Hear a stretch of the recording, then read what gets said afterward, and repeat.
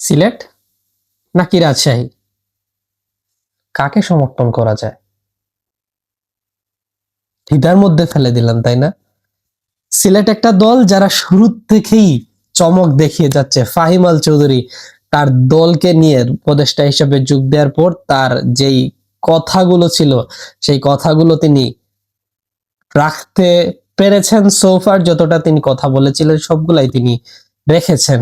এমনকি আজকে ম্যাচ শেষে বলেছেন যে যদি সিলেট ফাইনালে যায় তাহলে আরো অনেক বড় একটা চমক দেখাবেন, যেটা সিলেটবাসীরা কিংবা সিলেট টাইটান্সের সমর্থকরা খুশি হয়ে যাবেন, কিংবা অনেকেই সেটা প্রত্যাশাও করতে পারছেন না, যেটা সারপ্রাইজ হিসাবে আসবে। আবার অন্যদিকে রাজশাহী ওয়ারিয়র্স, হান্নান সরকার, এই এই মানুষটা কোচ হিসেবে বিপিএল এ বলেন বা আমি একটু যদি প্রিভিয়াস ইয়েতে যাই, ডিপিএল এ আবাহনীকে শিরোপা জিতিয়েছেন। তার মেধা, তার ট্যাকটিক্স, তার যে গেম প্ল্যান, সবগুলো আসলে মুগ্ধতা ছড়ায়। আমি একবার মনে হচ্ছে যে হান্নান চৌধুরীর জন্য, হান্নান সরকারের জন্য আসলে রাজশাহী ম্যাচটা জিতা উচিত। হান্নান সরকার এই বিপিএলটা ডিজার্ভ করেন, একটা ট্রফি ডিজার্ভ করেন। আবার অন্য পাশে এজ এ সিলেটি বা ফাহিম আল চৌধুরীর যেই চমক, সেই চমক দেখলে মনে হচ্ছে যে অবশ্যই সিলেটের জিতা উচিত। আমি খুব একটা দ্বিধাদ্বন্দ্বের মধ্যে পড়ে গেছি যে আসলে কাকে সমর্থন করা উচিত এই কোয়ালিফায়ার 2 তে।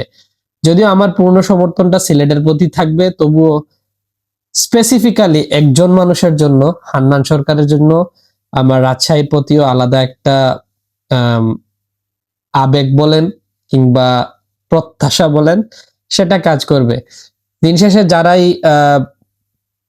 ভালো খেলবে তারাই ফাইনালে যাবে চট্টগ্রামের সাথে, তারাই লড়াই করবে, এবং ফাইনালের দিনে যারা ভালো খেলবে, ভাগ্য যাদের সাথে থাকবে, তারাই বিপিএল এর সেই ট্রফিটা নিয়ে যাবে তাদের শহরে।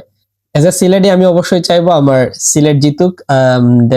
সোফার এত বছর পরে সিলেট টাইটান্স তাদের জার্সি থেকে বলেন, সোশ্যাল মিডিয়া অ্যাক্টিভিটি বলেন, কিংবা সমর্থকদের সাথে যে কানেক্ট করার যে ব্যাপারটা, এগুলা যদি বলেন, অ্যাটলিস্ট 8 out of 10 তারা মানে মার্ক পেতেই পারে, মানে পাওয়া উচিত তাদের। সো যেটা বলার ছিল যে আমি সিলেটকে সাপোর্ট করছি, সিলেটের সমর্থক হিসাবে আমি থাকছি। যদিও দূর প্রবাস থেকে বসে আমার ম্যাচটা উপভোগ করতে হবে, আমি স্টেডিয়ামে যেতে পারবো না, উল্লাস করতে পারবো না দলের সাথে, তবুও সিলেট টাইটান্সের প্রতি আমার শুভকামনা থাকবে। আপনি কোন দলের সমর্থন করছেন সেটা নিশ্চয়ই জানাবেন।